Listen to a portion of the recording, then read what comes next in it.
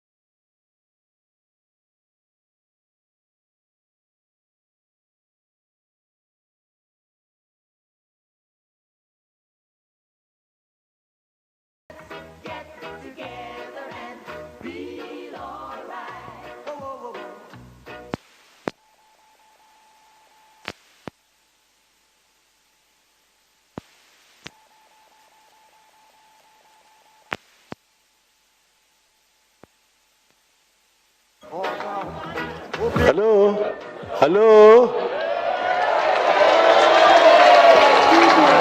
Inawezekana. Azimio. Asante. Shetani najua ameshindwa. So as I was saying,